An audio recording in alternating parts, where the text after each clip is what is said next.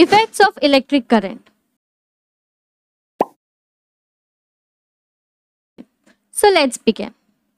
Magnetic effects of electric current. Magnetic field produced around the conductor. A magnetic field is produced around a straight current carrying conductor. If the current is unchanged, this magnetic field reduces as the distance from the wire increases. Therefore, the concentric circles representing the magnetic lines of force are shown bigger and rarefied as the distance from the wire increases. If the current through the wire is increased, the intensity of the magnetic field increases. Right hand thumb rule. This is a convenient rule for finding out the direction of the magnetic field produced by a current flowing through an electric conductor. Imagine that you have held the conductor in your right hand in such a way that your thumb points in the direction of the current. Then turn your fingers around the conductor. The direction of the fingers is the direction of the magnetic lines of force. Magnetic field produced by a current through a circular loop of a conducting wire. If the current passes through the loop, magnetic lines of force are produced at each point on the loop. As we go away from the wire, the concentric circles representing the magnetic lines of force will become bigger and bigger. As we go towards the center of the loop, the circle becomes so big that its arc can be shown as a straight line. The intensity of magnetic field at any point produced by a current flowing through a wire is dependent on the current. This means that if there are n turns in the loop, the magnetic field n times of that produced by a single loop will be created. Magnetic field due to a current in a solenoid. When a copper wire with a resistive coating is wound in a chain of loops like a spring, it is called solenoid. Whenever an electric current passes through a solenoid, magnetic lines of force are produced in a pattern as shown in the figure. We are aware of the magnetic lines of force of a bar magnet. The properties of the magnetic field of a solenoid are very similar to the magnetic field produced by a bar magnet. One of the open ends of a solenoid act as a magnetic north pole and other act as the magnetic south pole. The magnetic lines of force inside the solenoid are parallel to each other. This means that the intensity of the magnetic field within the solenoid is uniform everywhere. That is, the magnetic field in a solenoid is uniform.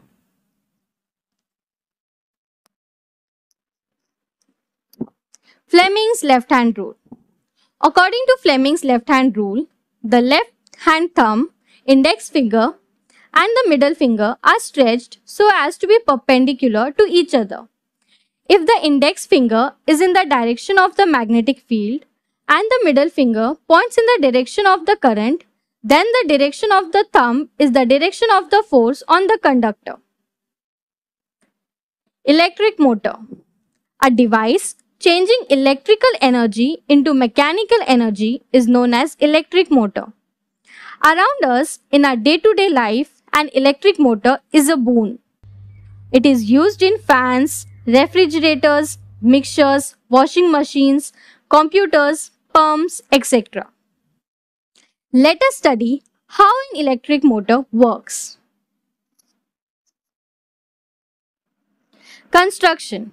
The electric motor consists of rectangular loop of copper wire having resistive coating. As shown in the figure, it is placed between the north pole and south pole of a magnet, such as a horseshoe magnet, in such a way that its branches AB and CD are perpendicular to the direction of the magnetic field. The two ends of the loop are connected to the two halves X and Y of the split ring. The two halves of the ring have resistive coating on their inner surfaces and are tightly fitted on the axle and have their outer conducting surfaces in contact with the two stationary carbon brushes E and F respectively. Working. When the circuit is completed, current flows in the branch AB of the loop from A to B through the carbon brushes E and F. Since the direction of the magnetic field is from North Pole to South Pole, according to Fleming's left-hand rule, a force is exerted on the branch AB and pushes it down. The current in the CD branch is in the opposite direction to that in the AB branch, and therefore a force is exerted on the branch CD in upward direction. Thus, the loop and the axle start rotating in an anti-clockwise direction. After half rotation, the two halves of the split ring X and Y come in contact with carbon brushes F and E, respectively, and the current in a loop starts flowing in the direction DCBA. Therefore, the force is exerted on the branch DC in downward direction and on the branch BA in upward direction, and the loop continues to rotate in the anti-clockwise direction. Thus, the current in the loop is reversed after each half rotation, and the loop and the axle continue to rotate in the anti-clockwise direction. Commercial motors run on the same principle, but practical changes are made in their construction.